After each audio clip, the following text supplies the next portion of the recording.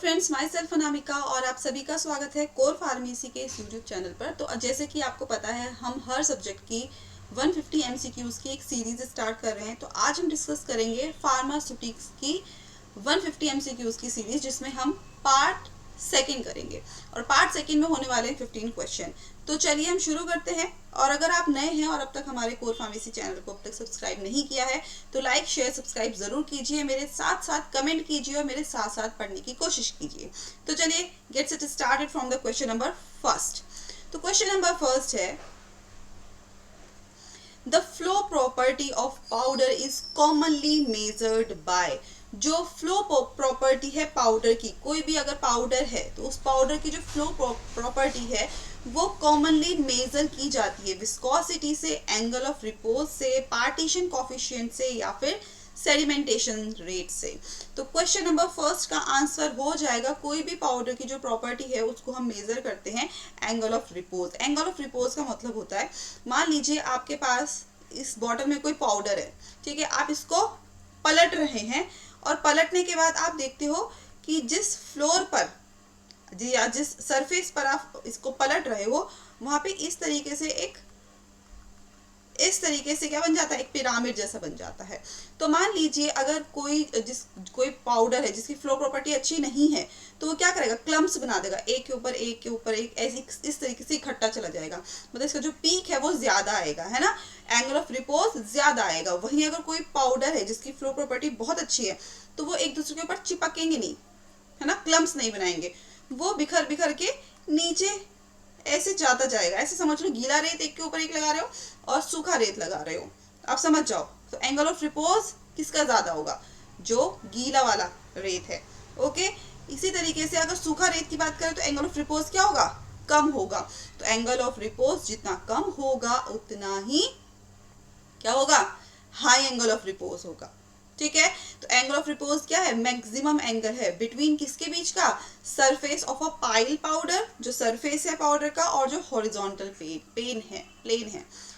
ये angle of repose हुआ और ये प्लेन। ठीक है, तो ये डिपेंड करता है कि angle of repose flow property कैसी है पाउडर की।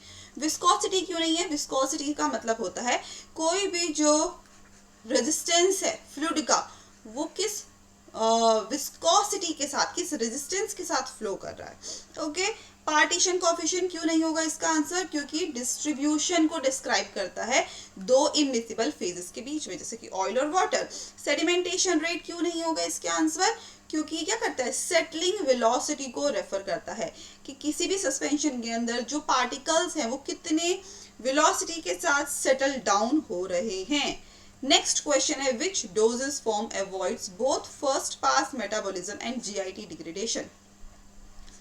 कौन सी डोजेस फॉर्म है जो कि फर्स्ट पास मेटाबॉलिज्म को और जीआई डिग्रेडेशन को अवॉइड करती है। ओरल टैबलेट्स हैं, रेक्टल सपोजिटरीज हैं, ट्रांसडर्मल पैचेस हैं या फिर सबलिंगुअल टैबलेट्स हैं। तो इसका आंसर हो जाएगा क्वेश्चन नंबर 2 का सबलिंगुअल टैबलेट्स।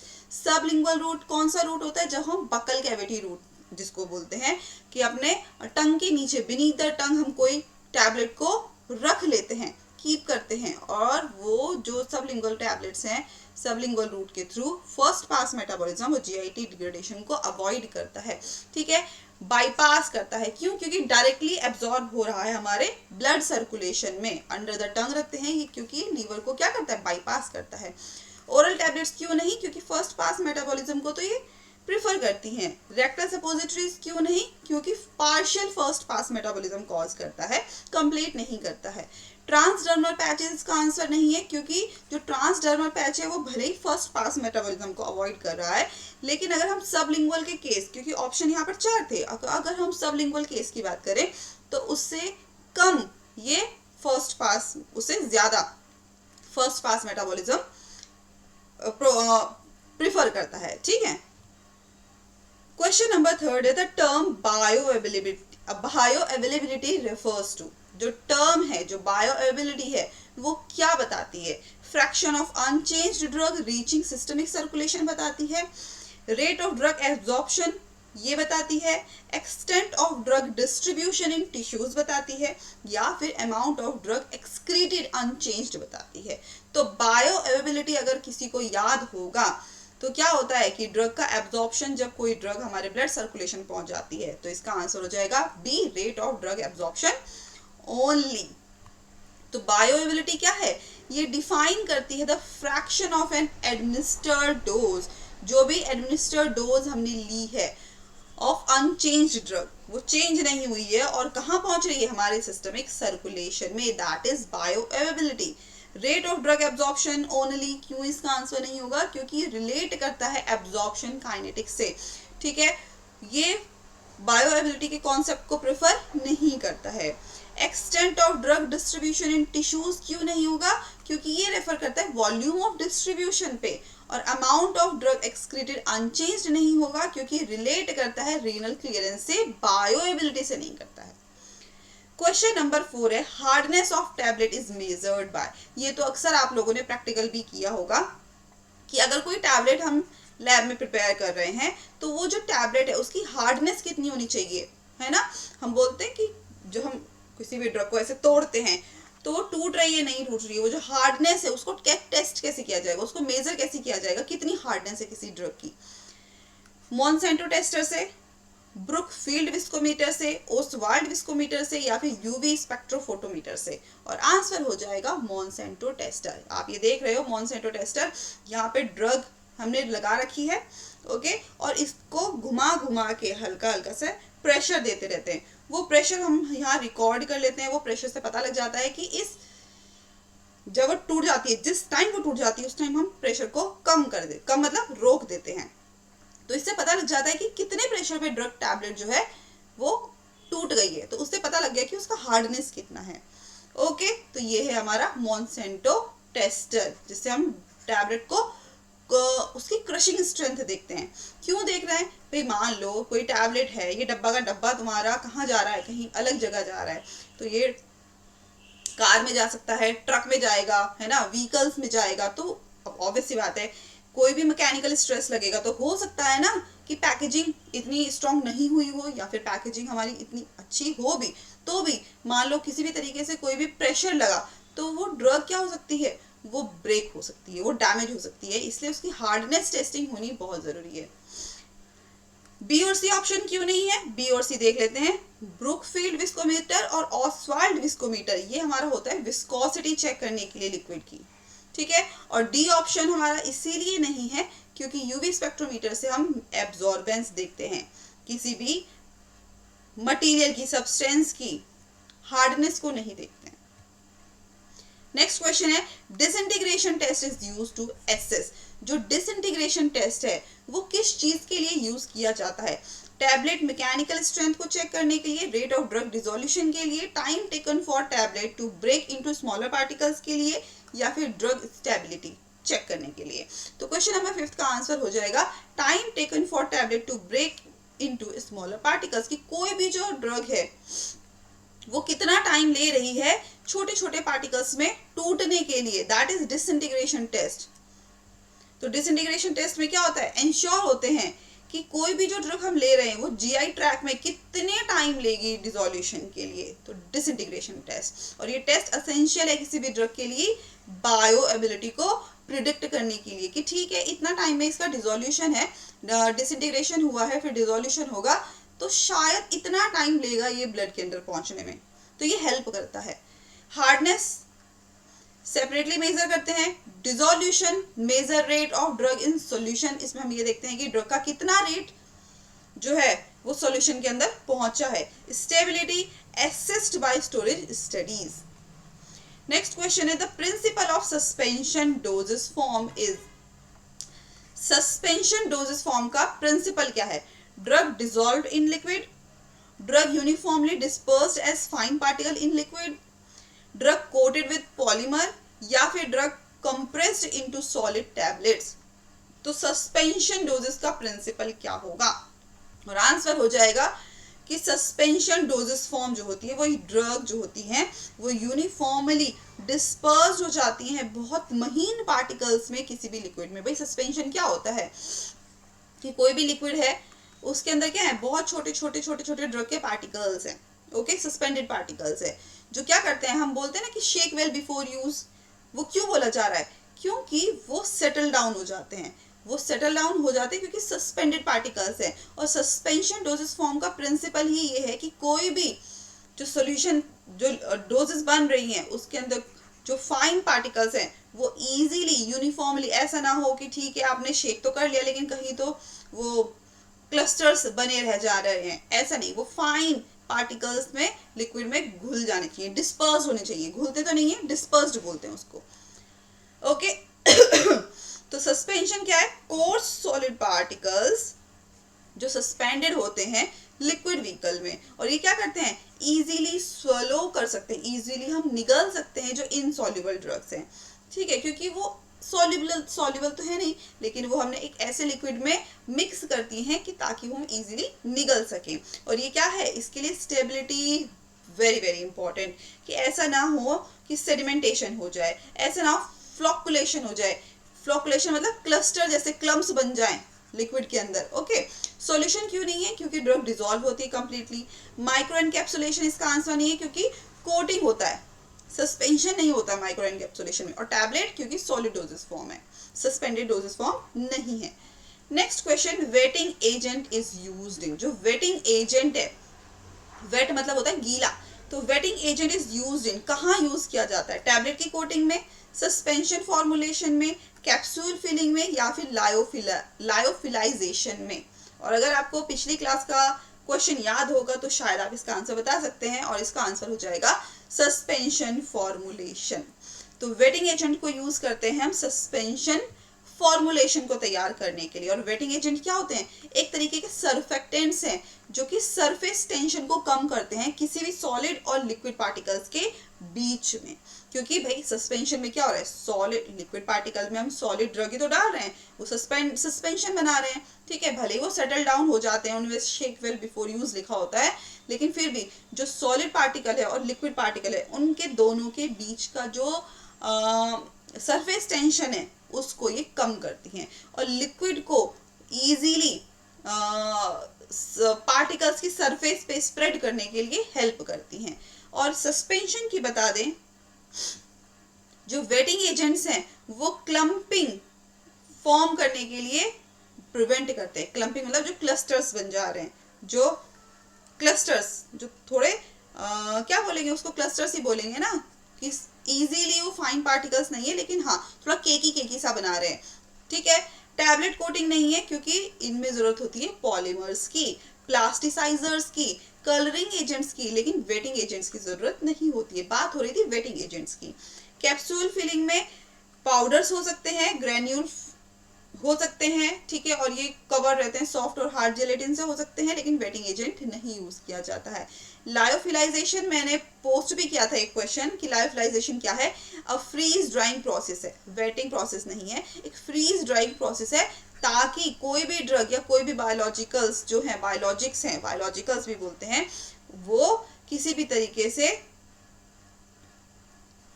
फ्रीज ड्राइंग हो जाए, लायोफिलाइज्ड हो जाए, ठीक है, लेकिन वेटिंग एजेंट के लिए नहीं है। नेक्स्ट क्वेश्चन है द पार्टीशन कोफिशिएंट, जिसको हम पी से डिनोट करते हैं, ऑफ द ड्रग इंडिकेट्स। तो पार्टीशन कोफिशिएंट क्या बताता है? लिपिड सॉल्युबिलिटी बताता है, एक्वस सॉल्युबिलिटी बताता है, स्टेबिलिटी इन सॉलिड स्टेट बताता है, या फिर फ्लो प्रॉपर्टी ऑफ पाउडर बताता है। तो पार्टीशन कोफिशिएंट बताता है लिक्विड लिपिड सॉल्युबिलिटी, कि कोई भी लिपिड कितना सॉल्युबल है, दैट इज पार्टीशन कोफिशिएंट। और पार्टीशन कोफिशिएंट क्या है? रेशियो है, ratio of drug concentration, ratio है ड्रग की कंसंट्रेशन का रेशियो है ऑर्गेनिक फेज में कॉमनली नॉर्मल ऑक्टेनॉल का to that in an aqueous phase, कि कोई भी ड्रग का रेशियो जो कि हम किसी एक्वस फेज में डाल रहे हैं, ऐड कर रहे हैं, उसमें ड्रग की कंसंट्रेशन का रेशियो है। और इसका जो फॉर्मूला होता है वो होता है P equals to drug N octanol upon drug water, क्योंकि वाटर क्या है? हमारा एक्वस फेज है। और ये क्या बताता है? इट रिफ्लेक्ट्स द लिपोफिलिसिटी, ये बताता है कि कोई भी ड्रग कितनी लिपिड सॉल्युबल है, विच इज क्रूशियल फॉर, जो कि बहुत क्रूशियल होती है मेम्ब्रेन परमिएबिलिटी के लिए, ठीक है, एब्जॉर्प्शन डिस्ट्रीब्यूशन के लिए हमारे बॉडी के अंदर, और ड्रग डिजाइन के लिए कि ये क्या करता है, लिपोफिलिसिटी वर्सेस हाइड्रोफिलिसिटी को बैलेंस करता है कि कोई भी ड्रग कितनी लिपोफिलिक है, ये हम कैसे बताएंगे, उसके पार्टीशन कोएफिशिएंट के रेशियो से। एक्वस सॉल्युबिलिटी का मतलब होता है determined by intrinsic solubility test, partition coefficient नहीं। स्टेबिलिटी इन सॉलिड स्टेट क्या होगा, ये रिलेट करता है पॉलीमॉर्फिज्म से, क्रिस्टलिटी से।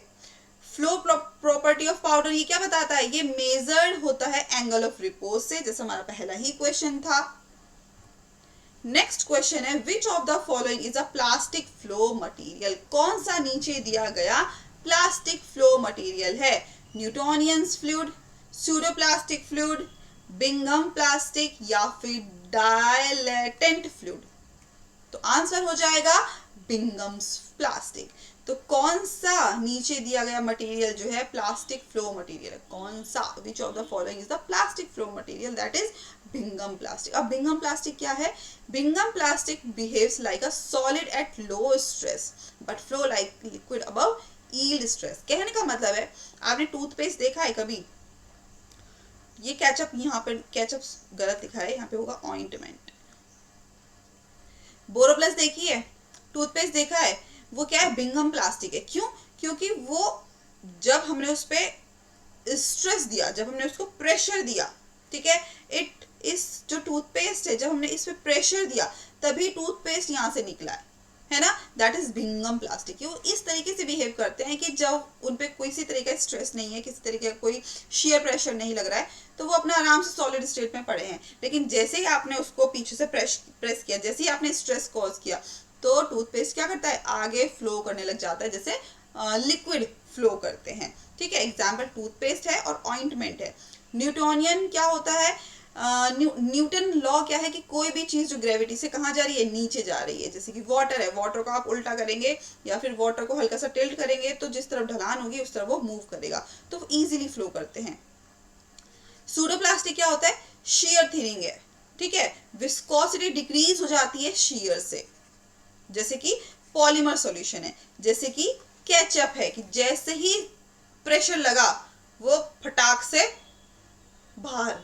ठीक है, डायलेटेंट क्या होते हैं, शेयर थिकनिंग होती है। डायलेटेंट ऐसे होते हैं कि उसमें प्रेशर लगाओगे तो वो क्या हो जाएगा, वो थिक हो जाएगा, इसको बोलते हैं शेयर थिकनिंग।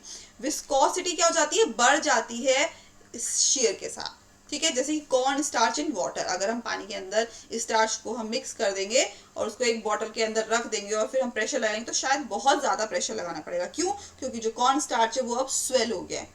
ठीक है, वो वाटर में एक उसने केकी जैसा फॉर्मेशन बना दी है, इसलिए इसका आंसर क्या है, बिंगम प्लास्टिक।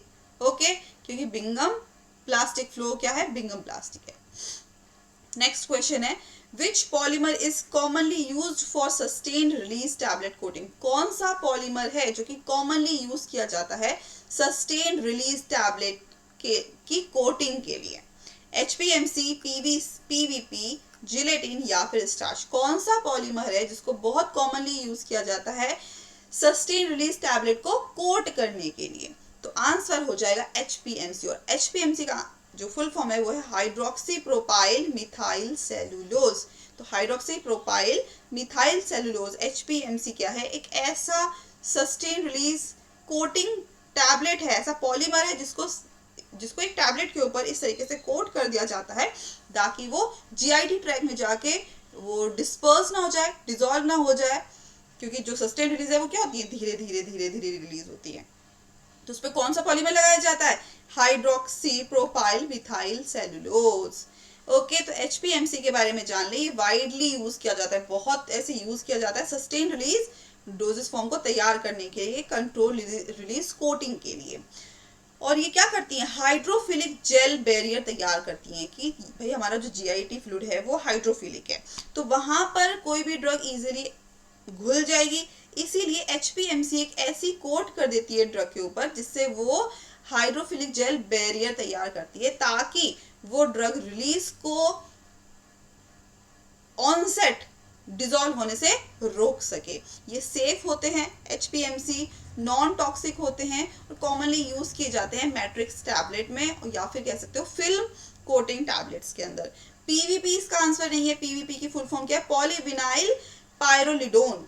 ये यूज किए जाते हैं मेनली एज अ बाइंडर, कि कोई भी एजेंट है उसको बाइंड करने के लिए, सोल्यूबलाइजर की तरह, स्टेबलाइजर की तरह, लेकिन सस्टेन रिलीज कोटिंग के लिए नहीं यूज करते हैं।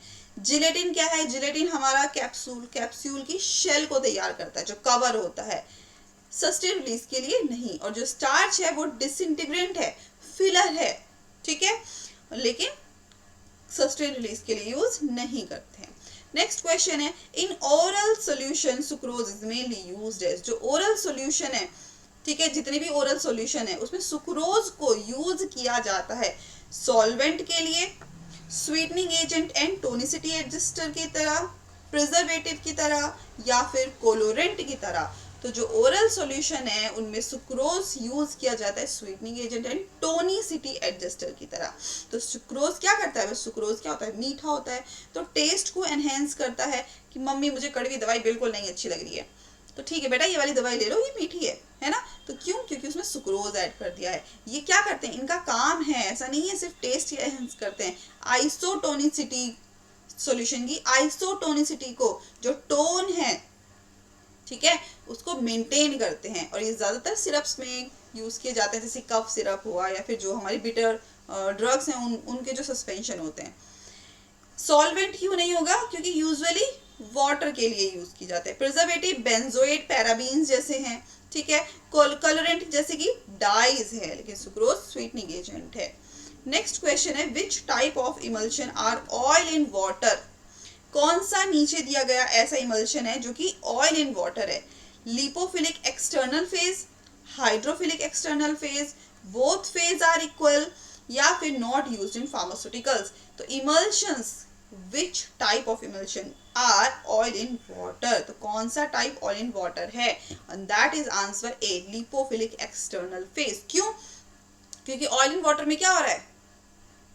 ऑयल इन वाटर, तो वाटर है उसमें ऑयल डाला, ऑयल इन वाटर, तो ऑयल को ऊपर से ऐड किया जा रहा है।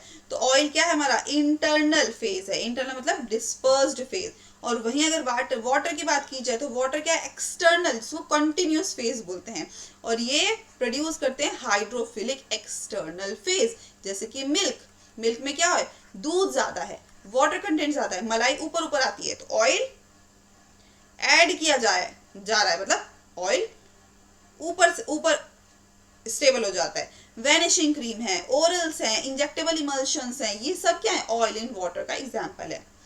लिपोफिलिक एक्सटर्नल फेज, जैसे कोल्ड क्रीम है, उसमें क्या करते हैं? वाटर इन ऑयल, उसमें ऑयल कंटेंट ज्यादा होता है और वाटर कंटेंट कम। बोथ फेजेस आर इक्वल, ये तो बात बिल्कुल ही गलत है। यहाँ पर तो क्या होता है? One phase is always continuous and one phase is always in internal या फिर dispersed. Not use in pharmaceuticals, नहीं ऐसा भी नहीं है, क्योंकि भाई ऑयल इन वाटर तो बहुत ज्यादा फार्मास्यूटिकल प्रिपरेशंस में यूज किया जाता है, ओरल यूज किया जाता है, टॉपिकल यूज किया जाता है, पेरेंटल डोजेस फॉर्म में यूज किया जाता है, तो इसलिए answer first. Hard gelatin capsule are made of, जो हार्ड जिलेटिन कैप्सूल है वो बने होते हैं किसके?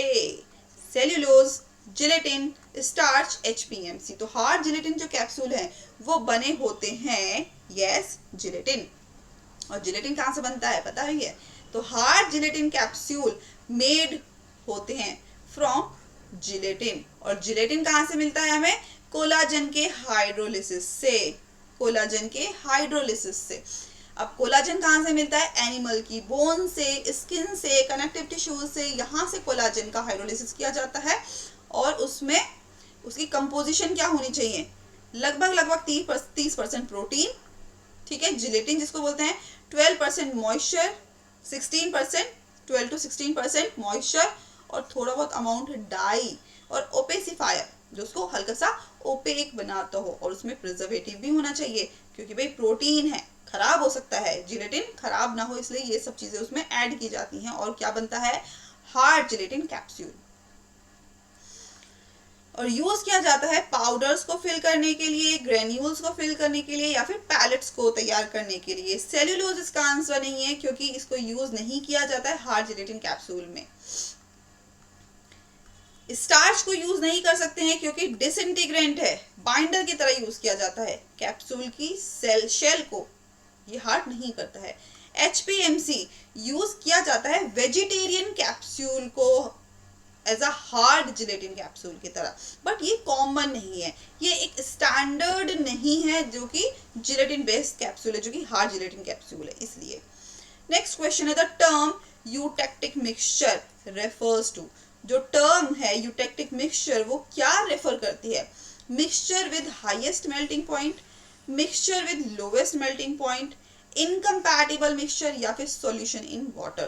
तो eutectic mixtures refers to mixture with lowest melting point. कोई भी दो चीजों को, दो सब्सटेंस को उनके सबसे कम निचले तापमान पे उनको मिक्स किया जाता है, दैट इज यूटेक्टिक मिक्सचर। तो combination of two solids melt at lower temperature than either component, उनके इंडिविजुअल कंपोनेंट के मेल्टिंग पॉइंट से ज्यादा यूटेक्टिक मिक्सचर में क्या होता है, उनके सबसे कम लोवेस्ट टेम्परेचर पे उनको मिक्स किया जाता है। वो जिस लो टेम्परेचर पे वो उनको मिक्स किया जाता है और प्रोडक्ट तैयार होता है उसको बोलते हैं यूटेक्टिक मिक्सचर। एग्जाम्पल की बात करें तो मेंथॉल और कैम्फर, ये क्या बनाते हैं? यूटेक्टिक मिक्सचर बनाते हैं with a melting point lower than either alone. उनके अलग अलग मेल्टिंग पॉइंट को अलग अलग, क्योंकि उन दोनों के अलग अलग मेल्टिंग पॉइंट है ना, तो उनको उनके सबसे कम टेम्परेचर पे लाकर उनको आपस में मेल्ट किया जाता है, मिक्सचर तैयार किया जाता है। थाइमोल, सेलॉल, फिनॉल या फिर क्लोरल हाइड्रेट, इन सबको भी इनके सबसे लोवेस्ट कम टेम्परेचर पे मिक्स किया जाता है और ये क्लासिक यूटेक्टिक मिक्सचर का एग्जाम्पल है। और ये बात ध्यान रखना, जीपीएट का क्वेश्चन है। हाईएस्ट मेल्टिंग पॉइंट क्या क्यों नहीं होगा? क्योंकि अपोजिट है ये भाई, यहाँ पे सबसे लोवेस्ट मेल्टिंग पॉइंट पे मिक्स कर रहे हैं ना, तो अपोजिट है यूटेक्टिक मिक्सचर के। इनकम्पैटिबल मिक्सचर क्यों इसका आंसर नहीं है? क्योंकि कुछ यूटेक्टिक मिक्सचर्स हैं जो कि फॉर्मुलेशन इश्यूज कॉज कर सकते हैं, लेकिन but the definition is about melting point. Incompatible mixtures क्या हैं? कुछ ऐसे यूटेक्टिक मिक्सचर्स हैं जो कि फॉर्मुलेशन इशू कॉज कर सकते हैं कि उनके मेल्टिंग पॉइंट तो ठीक है मिक्स हो गए, लेकिन उसके बाद कुछ फॉर्मुलेशन में दिक्कत आ रही है। सॉल्यूशन इन वाटर क्यों नहीं होगा? क्योंकि इनका यूटेक्टिक से कोई लेना देना नहीं है। और आज का 150 MCQs की सीरीज का आज का लास्ट क्वेश्चन है, which of the following is a dry powder inhaler advantage? Which of the following is a dry powder inhaler advantage? कौन सा नीचे दिया गया है जो कि ड्राई पाउडर इनहेल करते हैं उसका एडवांटेज क्या है? रिक्वायर्स प्रोपेलेंट की जरूरत होती है, patient must coordinate actuation and inhalation की जरूरत होती है, पोर्टेबल एंड प्रोपेलेंट फ्री होना चाहिए, या फिर ओनली फॉर लिक्विड ड्रग्स? तो कौन सा नीचे दिया गया ड्राई पाउडर इनहेलर एडवांटेज है? और आंसर हो जाएगा सी, पोर्टेबल एंड प्रोपेलेंट फ्री होना चाहिए। ड्राई पाउडर इनहेलर्स क्या होते हैं? ये ऐसी डिलीवरी ड्रग्स होती हैं पाउडर की जो कि डायरेक्टली हम अपने लंग में इनहेल करते हैं। एडवांटेजेस, डिफरेंट एडवांटेजेस हैं। प्रोपेलेंट फ्री होना चाहिए, कहने का मतलब इन्वायरमेंटल फ्रेंडली होना चाहिए, इन्वायरमेंट को नुकसान नहीं करता हुआ होना चाहिए। पोर्टेबल एंड कन्वीनियंट होना चाहिए, इजीली अवेलेबल होना चाहिए, ब्रीथ एक्चुएटेड होना चाहिए। ऐसा नहीं है कि मीटर डोज इंडेक्स की तरह, ठीक है, मतलब सांस ले रहे हैं तो जितना हम इनहेल करें उतना ही जाना चाहिए, ठीक है। तो किसी नो नीड फॉर कोऑर्डिनेशन से मीटर, जो हमारी मीटर डोज इनहेलर्स हैं उसमें क्या होती है, उसमें मीटर लगा होता है कि इतनी ही डोज जानी चाहिए, तो ऐसा नहीं होना चाहिए। गुड स्टेबिलिटी होनी चाहिए ड्राई पाउडर्स की। तो ये सारी क्या है इसके एडवांटेजेस हैं। अब रिक्वायर्ड प्रोपेलेंट इसका आंसर क्यों नहीं है? क्योंकि रिक्वायर्ड प्रोपेलेंट में that's true for meter dose inhalers, ये एमडीआईज के लिए है। Patient must coordinate actuation and inhalation, ये एमडीआई के साथ प्रॉब्लम करता है। ओनली फॉर लिक्विड ड्रग्स, ये क्या है, जो डीपीआईज हैं ये तो हमारे सिर्फ सॉलिड्स के लिए हैं, मतलब पाउडर फॉर्म्स के लिए, लिक्विड्स के लिए तो है ही नहीं, तो इसलिए इसका आंसर भी यहाँ पर ये नहीं होगा। तो यहाँ पर हमारे 150 MCQs की आज सेकंड क्लास फार्मास्यूटिक्स की कंप्लीट होती है। पार्ट सेकंड था ये। आई होप आपको ये जो क्वेश्चंस है ये कहीं आगे फर्दर हेल्प करेंगे। इसी तरीके से आप अपनी पढ़ाई को जारी रखें हमारे साथ। हम आपके क्वेश्चंस, आपकी तैयारी बहुत कोशिश करेंगे कि बहुत अच्छी आपकी प्रैक्टिस हो, अच्छे से अच्छे क्वेश्चन बनाने की कोशिश कर रहे हैं। और इसी तरीके से आप हमारे कोर फार्मेसी चैनल को लाइक शेयर सब्सक्राइब ज़रूर करें। कमेंट सेक्शन में ज़रूर बताएं कि आपको किस तरीके से क्लास लग रही है। आप मेरे साथ साथ कौन से क्वेश्चन में आपको दिक्कत आई है, आप इस तरीके से भी कमेंट कर सकते हैं। और कमेंट सेक्शन में ये भी बता सकते हैं कि आपको आगे कौन सा फर्दर टॉपिक पे MCQs चाहिए या फिर कौन सा टॉपिक पे आपको थियोरी भी चाहिए। तो हमारा जो पेज है वो टेलीग्राम, फेसबुक और इंस्टा पर भी है, आप वहाँ पर जाके ज्वाइन ज़रूर कीजिए। वहाँ पर भी अलग अलग तरह की इंफॉर्मेशन हम प्रोवाइड कर रहे हैं। Thank you so much. Next time मिलेंगे, तब तक के लिए टेक केयर, बाय बाय।